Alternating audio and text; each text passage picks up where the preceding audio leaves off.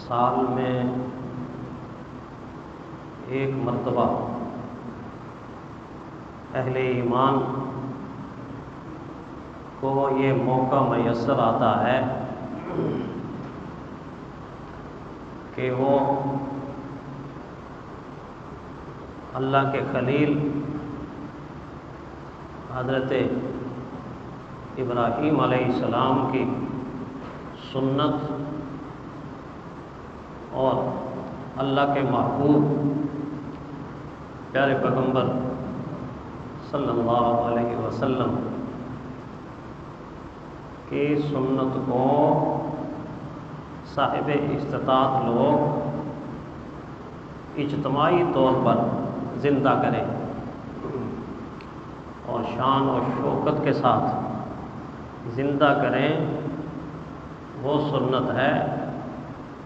قربانی کی سنت۔ سارا سال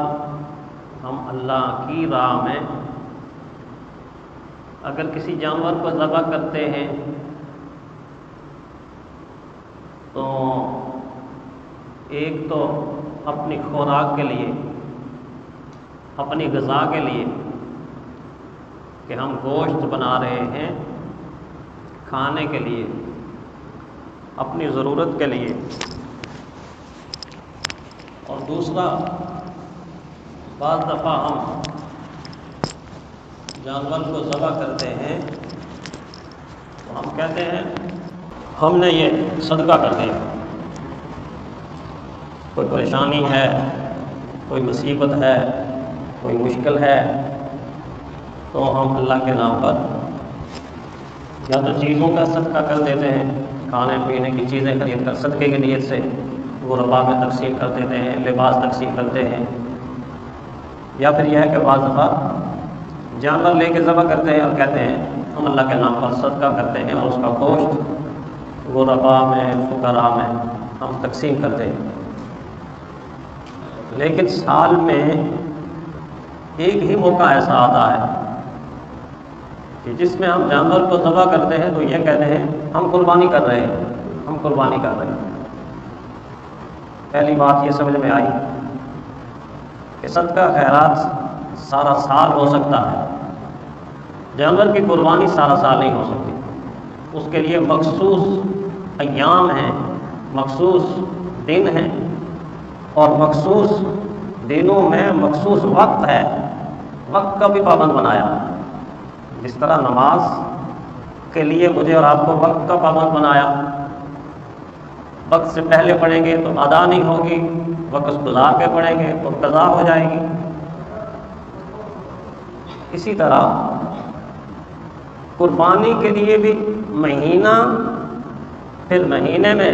دن، اور پھر دنوں میں وقت متعین کیا کہ عید الاضحیٰ کی نماز آپ ادا کریں گے، اور ادا کرنے کے بعد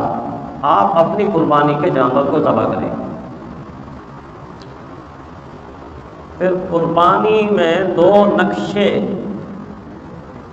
اللہ تعالیٰ نے قرآن حکیم میں ایسے کھول کر واضح کر کے اس امت کے سامنے رکھ دیے ہیں تاکہ کہیں ایسا نہ ہو کہ سال بعد ایک عمل کی توفیق ملی اور توفیق ملنے کے بعد عمل بھی بجا لائے، عمل بھی کر لیا، اور کہیں ایسا تو نہیں کہ عمل تو کر لیا مگر اجر سے محروم ہو گئے۔ کتنی بڑی محرومی ہوتی ہے اس انسان کی جو کسی عمل کے لیے محنت کرتا ہے، مشقت کرتا ہے، ساری کی ساری قربانیاں دے کر، ساری کی ساری کوششیں کر کے، جدوجہد کر کے وہ عمل بجا لاتا ہے، اور آخر میں اس عمل کا اس کو نہ صرف یہ کہ اجر سے محروم ہوتا ہے، الٹا اس کو گناہ ملتا ہے۔ اس سے بڑی محرومی بھی کوئی ہوگی، اس سے بڑی ندامت بھی کوئی ہوگی، اس سے بڑی شرمندگی بھی کوئی ہوگی، اس سے بڑا نقصان بھی کوئی ہوگا کہ سب کچھ کیا بھی اور کرنے کے بعد ملا بھی کچھ نہیں، الٹا گناہ مل گیا۔ کتنا بڑا خطرہ۔ اللہ تعالیٰ نے اسی لیے اس خطرے سے آگاہ کر دیا تاکہ کوئی غلط فہمی میں نہ رہے اور اتنے اعمال کرے کہ لوگ دیکھیں تو کہیں دیکھیں جی ایک نہیں دو نہیں، اس نے تو 8 بکرے ذبح کر دیے، اس نے تو 3 بیل ذبح کر دیے قربانی کے لیے۔ لیکن کتنا کچھ کرنے کے بعد اللہ تعالیٰ کے ریکارڈ کے مطابق، فرشتوں کے ریکارڈ کے مطابق اس کا نام محرومین میں لکھا جائے، یہ محروم ہے، یہ بدقسمت ہے، یہ بد نصیب ہے، اس کی ایک بھی قربانی قبول نہیں ہوئی۔ اس وجہ سے 2 نقشے اللہ تعالیٰ نے قرآن حکیم میں سامنے رکھ کے بتایا، دیکھو یہ معیار ہے قربانی کی قبولیت کا، اور یہ ہے وہ عمل جس سے قربانی قبولیت کی طرف نہیں جاتی بلکہ محرومیت کی طرف جاتی، نقصان کی طرف جاتی، خسارے کی طرف جاتی۔ کیا معیار ہے؟ فرمایا جس جانور کو ذبح کر رہے ہو، ذبح کرنے کا ارادہ کر رہے ہو، اس جانور کے تم جثے کو دیکھتے ہو، وجود کو دیکھتے ہو، باڈی کو دیکھتے ہو، جسم کو دیکھتے ہو، ہر حال سے میں دیکھتے ہو، ہر لحاظ سے دیکھتے ہو، خوبصورت ہونا چاہیے، موٹا تازہ ہونا چاہیے، اچھا لگنا چاہیے، ساری چیزیں اچھی ہیں، دیکھنی چاہیے۔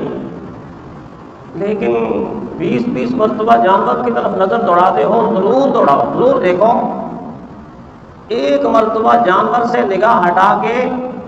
اپنی 5-6 فٹ کی باڈی کی طرف نظر واپس لاؤ، دوڑاؤ، ایڑی سے لے کے چوٹی تک، اپنے وجود کو دیکھو، اپنی نیت کو دیکھو،